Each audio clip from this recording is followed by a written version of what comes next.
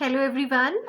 अभी हम लोगों ने डिस्कस किया था प्रीवियस चैप्टर में कि बेलेबल ऑफेंस क्या होते हैं, नॉन बेलेबल ऑफेंस क्या होते हैं और कॉग्निजेबल ऑफेंसेस क्या होते हैं, नॉन कॉग्निजेबल ऑफेंसेस क्या होते हैं। तो ये हम डिस्कस कर रहे हैं definitions, section 2 definitions which are mentioned under CRPC 1973। तो आज हम डिस्कस करेंगे complaint which has been defined under section 2 clause T. Complaint क्या होती है, फिर इंक्वायरी क्या होती है, सेक्शन 2 क्लॉज जी। इन्वेस्टिगेशन क्या होता है, section 2 clause H. Summon case क्या होते हैं, वारंट केस क्या होते हैं। ये सारी चीज़ें हम डिस्कस करेंगे आज के सेशन में। तो complaint has been defined under section 2 clause D of CRPC 1973. It defines section 2 clause D defines complaint as an allegation made orally or in writing to a magistrate with a view to his taking action under this code that some person, whether known or unknown, has committed an offence but does not include a police report. तो इसमें क्या होता है कि यहाँ पे directly magistrate को complain की जा सकती है। सेक्शन 2 क्लॉज डी में डिफाइन किया गया है कि या तो ओरली डायरेक्टली मैजिस्ट्रेट को कंप्लेन की जा सकती है या फिर राइटिंग में मैजिस्ट्रेट को कंप्लेन की जा सकती है। अगर कोई पर्सन, चाहे वो जानकारी में हो पर्सन, चाहे वो जानकारी में ना हो, उस पर्सन के बारे में, जो भी विक्टिम है वो उस पर्सन के बारे में चाहे जानता हो या नहीं जानता हो, कोई अननोन पर्सन भी हो, अगर उसने कोई ऑफेंस विक्टिम के अगेंस्ट कमिट किया है तो उससे रिलेटेड कंप्लेंट वो ओरली भी कर सकता है और लिख करके भी कर सकता है मैजिस्ट्रेट को। और इसमें पुलिस रिपोर्ट इंक्लूड नहीं होगी, यहाँ पे वो डायरेक्ट कंप्लेंट कर सकता है under section 2 clause D. 2 clause D, not under section 2 clause D. 2 clause D में कंप्लेंट डिफाइंड है कि कंप्लेंट होती क्या है और उसमें पुलिस रिपोर्ट इंक्लूडेड नहीं होती है। लेकिन इसमें फर्दर एक्सप्लेनेशन भी दिया है कि a report made by a police officer in a case which discloses after investigation the commission of non cognizable offence shall be deemed to be complaint and the police officer by whom such report is made shall be deemed to be the complainant.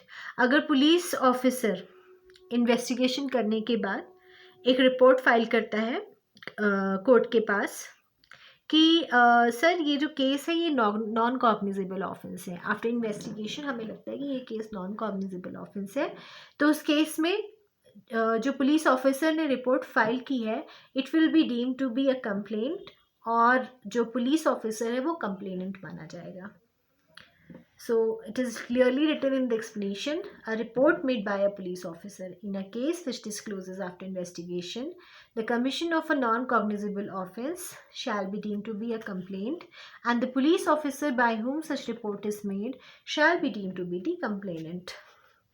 एक FIR file होती है, police officer जाता है, वो case को investigate करता है, investigate करने के बाद उसे लगता है यार ये केस तो नॉन कॉग्निजेबल ऑफेंस का केस लग रहा है, तो वो जाएगा कोर्ट के पास, जाके अपनी रिपोर्ट सबमिट करेगा और कहेगा सर ये केस नॉन कॉग्निजेबल ऑफेंस का केस है, तो वो जो रिपोर्ट उसने फाइल की है वो कंप्लेंट मानी जाएगी और जो पुलिस ऑफिसर है वो कंप्लेनेंट माना जाएगा under section clause D of the Criminal Procedure Code 1973. A complaint in a criminal case is what a plaint is in a civil case. It is one of the modes in which a magistrate can take cognizance of an offence under section 190. The requisite of a complaint are an oral or a written allegation that some person, whether known or unknown, has committed an offence. It must be made to a magistrate and the object must be that magistrate takes an action.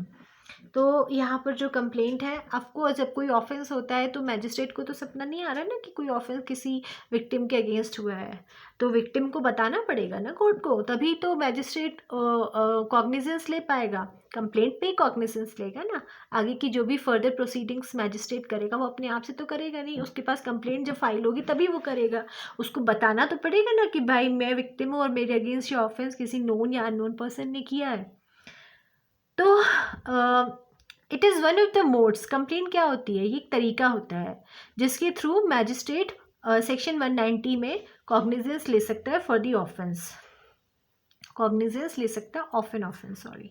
तो requisite क्या होती है complaint की, number 1 N oral और अ written allegation, या तो आप oral allegation लगाओगे या फिर लिख के लगाओगे कि मेरे अगेंस्ट ये क्राइम हुआ है।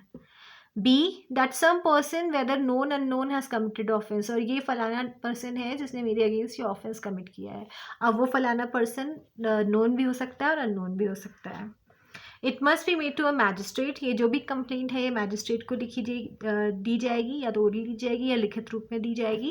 And the object must be that the magistrate takes an action, और ऑब्जेक्ट क्या है कंप्लेंट लिखने का कि भाई इसके बाद आप एक्शन लीजिए और मुझे इंसाफ दीजिए। FIR is not same as complaint in the sense that FIR must prima facie relate to a cognizable offence and is made to an officer in charge of the police station, and unlike the complaint, a magistrate cannot take cognizance of the offence on the basis of the FIR.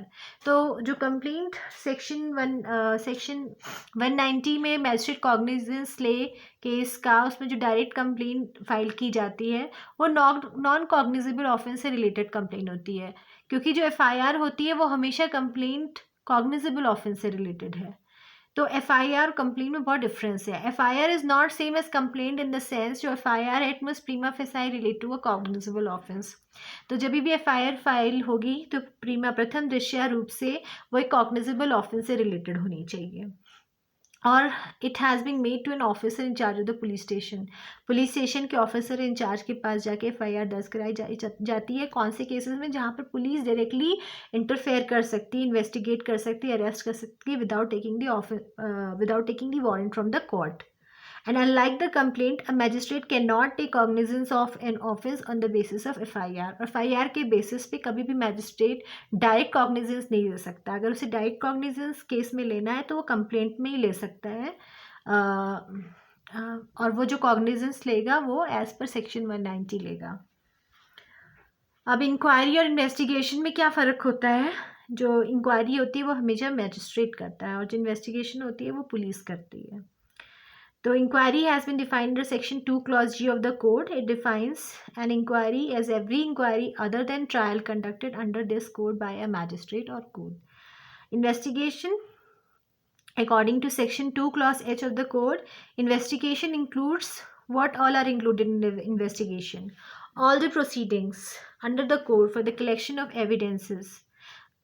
जब भी कोई crime होगा तो जब भी police investigate करती है तो क्यों करती है? एविडेंसेस के कलेक्शन के लिए, क्योंकि विदाउट एविडेंसेस आप कोई भी ऑफेंस प्रूव नहीं कर सकते कोर्ट में। हर एक ऑफेंस को प्रूव करने के लिए हर एक पॉइंट के लिए एविडेंसेस का होना बहुत ज़रूरी है। तो ये जो एविडेंस का कलेक्शन होता है ये कहाँ होता है? इन्वेस्टिगेशन के दौरान। तो इन्वेस्टिगेशन क्या इंक्लूड करती है? All the proceedings under the code for the collection of evidence conducted by a police officer और by any other person other than a magistrate who is authorised by magistrate in this behalf. The main purpose of investigation is collection of evidence and it must be conducted by a police officer or a person appointed conferred the powers of the police officer authorized by a magistrate in this behalf.